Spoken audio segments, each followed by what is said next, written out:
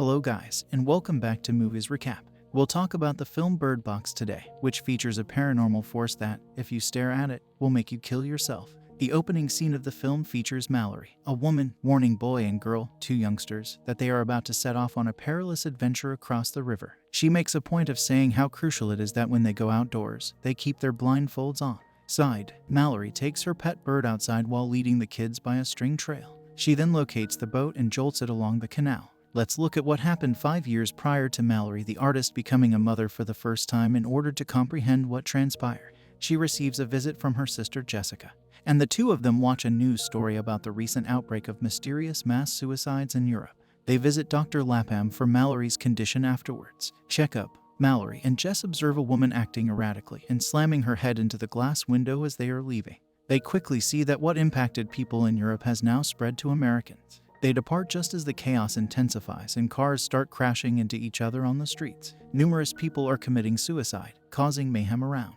Jess notices the paranormal presence as she departs in her car. She becomes frightened, and the hue of her eyes starts to shift. She veers off the road before flipping the car. Jess continues to be in a trance and walks in front of a moving truck even though they survive. Mallory stumbles in front of a house after running away. Lydia, a woman, arrives to help her. Lydia reportedly goes into a trance after spotting the otherworldly figure. Mallory is assisted by a man named Tom, who then sprints into the house as she gets into a blazing car that explodes shortly after. They are followed into the homeowner by Lucy, a police officer. Greg can be seen inside the house as well. Charlie, Felix, Cheryl, and a couple by the names of Jason and Samantha are also there. Everyone else discusses their observations and the people who have been impacted by this mysterious energy. They are all aware that the element is invisible and that discovering it will cause someone to kill themselves. To protect themselves, they decide to close the doors and place paper over the windows. Olympia, a former survivor, begs to be allowed inside. Douglas tries to stop her, but Mallory steals a rifle and lets her in.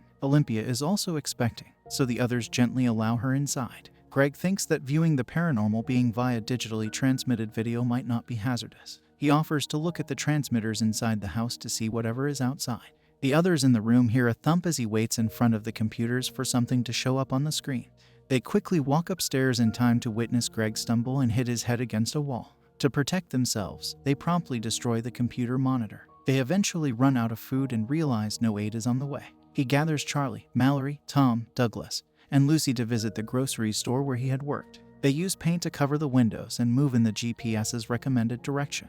The GPS sends out a proximity alert to warn them that the object is close by, but Tom is able to get them away from danger. They eat as much food as they can once they get to the market. Mallory makes the decision to get several birds she sees as pets. They hear Fish Fingers, a coworker of Charlie's, trapped in a freezer, pleading to be let out. He launches into a tirade about the beauty of the paranormal being. Fish Fingers starts to get free as Lucy, Tom, and Douglas try to control him. Charlie, regrettably, sees the thing and understands that he will have to kill himself. To safeguard the other members of the gang, he moves Fish Fingers away from them. They hear what appears to be the vehicle being driven away that evening.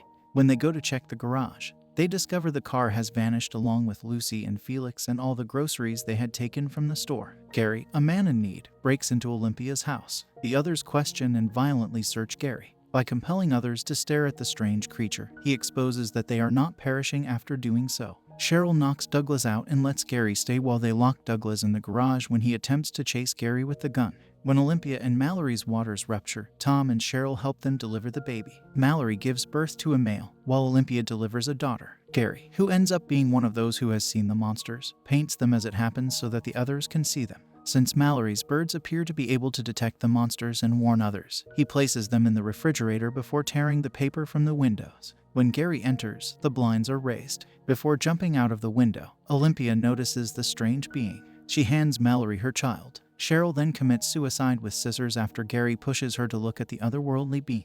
Douglas has a rifle, but it's challenging to shoot Gary because he won't open his eyes. Gary kills him by stabbing him with the scissors after only being able to hit him once in the hand. 2 gunshots can be heard as Gary and Tom race to grab the rifle. After some time, Tom is discovered to be alive and on his way to join Mallory and the kids. There have been 5 years. Tom and Mallory have been cohabiting and raising the 2 kids together. Tom, however, pulls Mallory out for not associating with them or, in any case, the fact that she has only used the terms boy and girl to refer to them. One night, a man by the name of Rick claims to be in a secure complex with an abundance of food and supplies and sends them a radio broadcast. He demonstrates how to cross the river to reach the property, cautions them against taking children, and describes what they must see to pass through in order to find the spot. They are told to listen for Bird Song by Rick. Some guests arrive at the residence without donning blindfolds, indicating that they are among those compelled to look at the creature. Mallory is instructed by Tom to flee with the kids to the location they were given over the radio. He makes the choice to buy them some time. Tom is able to shoot and kill 3 of the people by attacking them outside. The group chases after Mallory and the kids after spotting them racing away. Despite fighting long enough to kill all of them, including their leader, Tom unluckily glimpses the supernatural being and shoots himself. The opening shot of the film showed Mallory and the kids getting into the boat and rowing off. On the stream, 6 hours have passed. Mallory and the kids continue traveling along the waterway despite the fact that it is now entirely dark. When Mallory tries to speak to people on the radio, she starts to hear the paranormal being muttering her name. On the river, it has now been 14 hours. When a man calls out that it is safe to remove the blindfolds, Mallory overhears him. She cautions the kids to keep their blindfolds on right away. Mallory pulls out her rifle and fires blindly just before the attacker grabs her and tries to take off her blindfold. Then, by stabbing the man, she is able to win. Since they lost their food and blankets, she departs from the boy and girl and heads into the woods in search of sustenance. She finds a building and begins gathering items. She then hears a noise and observes that objects are being tugged by the monster and moving on their own. She succeeds in escaping the building, but the creature doesn't stop calling her name. Mallory covers herself and the children in a blanket to let them know that the rapids will be the most hazardous portion of the trip.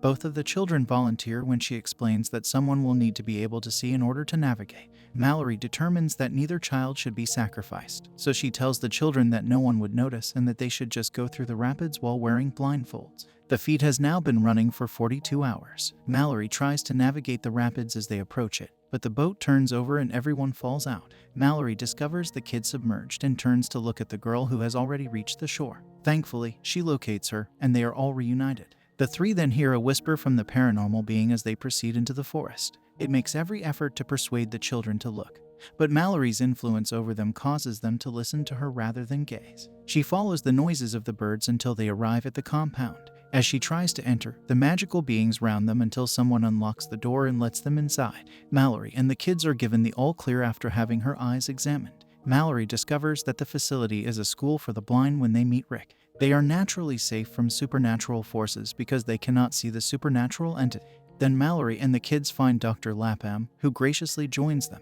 The kids are given names by Mallory. In honor of her mother, the girl is given the name Olympia, and the male is given the name Tom. Mallory proudly claims that she is their mother and that they are her children. Mallory unlocks the bird box and lets the birds out into the sanctuary. You serve as the bird box's final identifier. Movie review so that we may learn more about the beast and what made certain individuals immune. Perhaps they will release part 2 in the future. If you're enjoying this video, don't forget to hit the like button and subscribe to our channel for more amazing content. Turn on notifications to stay updated, and thanks for your support.